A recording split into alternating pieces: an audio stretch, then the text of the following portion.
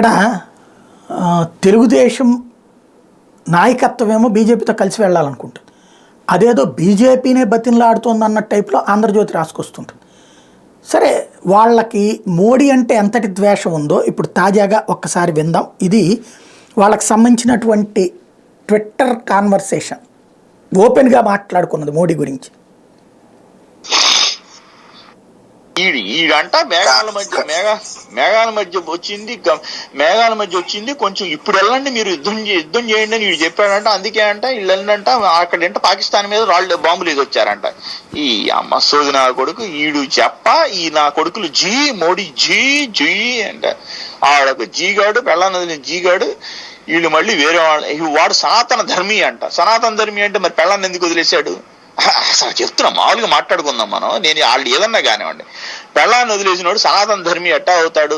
నీకు సంసారం ఇదంతా చేయకుండా వాడు ఏం ధర్మం పాటించినట్టు మరాడు? మరి అరే దిక్కుమాలిన ఆవిడగా నాకు పిల్లలు నేను నా సంసారాన్ని నేను చూసుకున్నా, నేను భగవంతుడిని అన్ని చూసుకుంటున్నా. మరి నీ మొహాల మంట పెళ్ళాన్ని వదిలే రోడ్డు మీద తిరిగేవాడిని ఏమంటారు? సన్నాసి నా కొడకల్లాలా ఏం మాట్లాడుతున్నా? వీడు పెళ్ళాన్ని వదిలేసా కరెక్టే చెప్పండి. మా ఊళ్ళో అయితే పెళ్ళాం వదిలేసింది నా కొడక అంటారు. అది ఇప్పుడు కరెక్టే చెప్పారు. ఇంకా చూడండి, 10 సంవత్సరాలు అయింది ప్రెస్ మీట్ పెట్టలా మోడీ గాడు, ఏం పెట్టలేదు. మళ్ళీ ఆడు గొప్ప తుప్ప తప్ప ఏం చదివాడో కూడా ఇంతవరకు చెప్పలేదు. వాడు డిజిటల్ కెమెరా రాకుండా డిజిటల్ కెమెరా వాడారంటున్నాడు.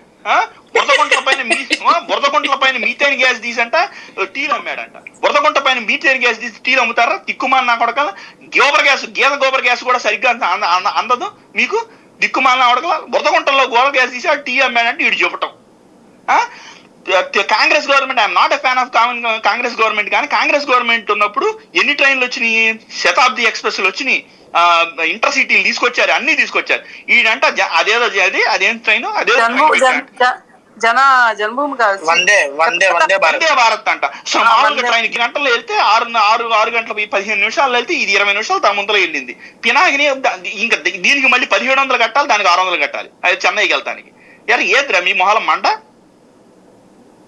ఇది ప్రస్తుతం వాళ్ళల్లో ఉన్నటువంటి ద్వేషం. మరి ఈ స్థాయిలో ఉన్నటువంటి ద్వేషానికి కారణం ఏంటి అన్నటువంటిది ఎవరికి వాళ్ళు సమీక్షించుకోవాల్సినటువంటి సందర్భం.